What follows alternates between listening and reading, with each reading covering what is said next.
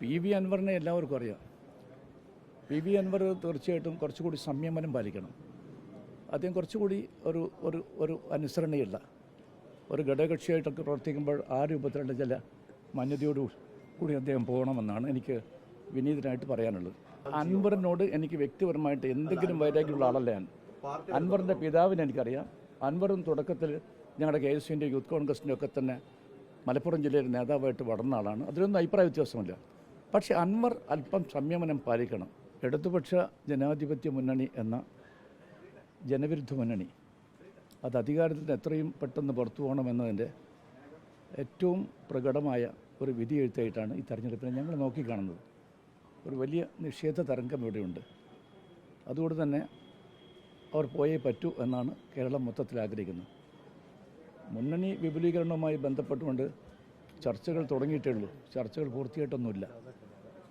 മുന്നണി സംവിധാനത്തെക്കുറിച്ച് പറയുമ്പോൾ തീർച്ചയായിട്ടും ഐക്യ ജനാധിപത്യ കക്ഷിയുടെയും കോൺഗ്രസിൻ്റെയും ഒക്കെ തന്നെ ആശയാദർശങ്ങളുമായിട്ട് ഒത്തുപോകുന്ന പ്രസ്ഥാനങ്ങളുമായിട്ട് മാത്രമേ ഒരു മുന്നണി ബന്ധത്തിൽ ഏർപ്പെടാൻ പാടുള്ളൂ എന്നാണ് എൻ്റെ ഉറച്ച അഭിപ്രായം.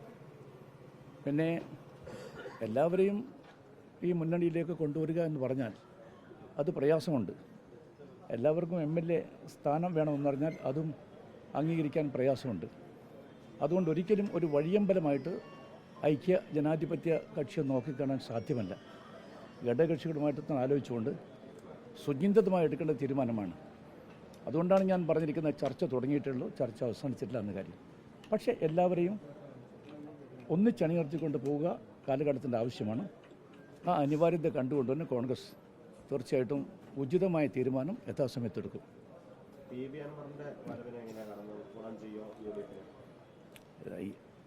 പി വി അൻവറിനെ എല്ലാവർക്കും അറിയാം.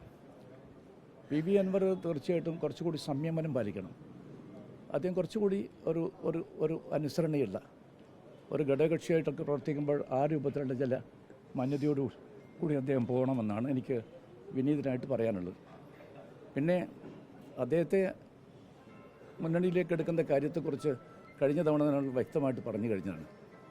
ഈ കാര്യങ്ങളെക്കുറിച്ചൊക്കെ തന്നെ ചർച്ചകളാണ് നടന്നുകൊണ്ടിരിക്കുന്നത്. ആ ചർച്ചകൾ പൂർത്തിയാക്കിയ ശേഷം മാത്രമേ ഞാൻ എന്തെങ്കിലും പറയാൻ സാധിക്കുള്ളൂ. പിന്നെ ഞാൻ പറഞ്ഞതുപോലെ തന്നെ അവസര സേവകന്മാരുടെ ഒരവസാനത്തെ അഭയകേന്ദ്രമായിട്ട് ഐക്യജനാധിപത്യ കക്ഷി മാറുന്നതിനോട് എനിക്ക് യോജിപ്പില്ല.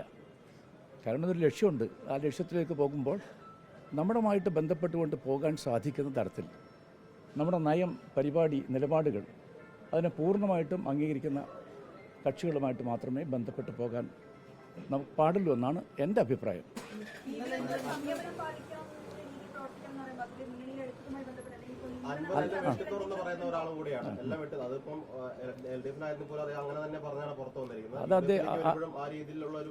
അദ്ദേഹം ഒരു മറ്റൊരു പാർട്ടിക്കാരനായതുകൊണ്ട് അദ്ദേഹത്തിന് വെട്ടിത്തുറന്ന് പറയാം.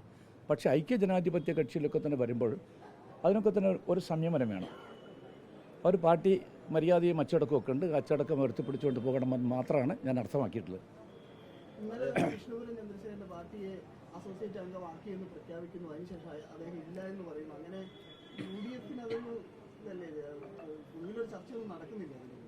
എനിക്ക് ആ പാർട്ടിയെക്കുറിച്ച് അറിയ പോലുമില്ല. ആരാണ് വിഷ്ണുപുരം ചന്ദ്രശേഖരൻ എന്ന കാര്യമൊന്നും എനിക്കറിയില്ല. സി കെ ജാനുവിനെ കുറിച്ച് അറിയാം. സി കെ ജാനുവിനെ എത്രയോ വർഷങ്ങളായിട്ട് എനിക്കറിയാം. 1984 മുതൽ ജാനുവിനെ എനിക്കറിയാം. ജാനുവിനുള്ള ജനസമ്മതി എനിക്കറിയാം. ജാനുവിന് അവിടുത്തെ ഗോത്രവർഗ്ഗക്കാരുടെ ഇടയിലൊക്കെ നല്ല സ്വാധീനത്തെക്കുറിച്ച് എനിക്ക് കൃത്യമായിട്ട് അറിയാം.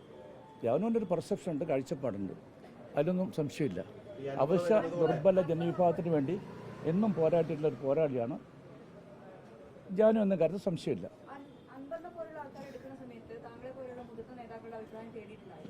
അല്ല, അഭിപ്രായം അത് തേടേണ്ട സമയത്ത് തേടുമല്ലോ, അല്ലാതിരിക്കില്ലല്ലോ. അല്ലാതെ അവർക്കൊരു ഫൈനലായിട്ടുള്ള തീരുമാനമെടുക്കാൻ സാധിക്കില്ലെന്നാണ് എൻ്റെ വിശ്വാസം. അല്ല, അൻവറിനോട് എനിക്ക് വ്യക്തിപരമായിട്ട് എന്തെങ്കിലും വൈരാഗ്യമുള്ള ആളല്ല ഞാൻ. അൻവറിൻ്റെ പിതാവിനെ എനിക്കറിയാം.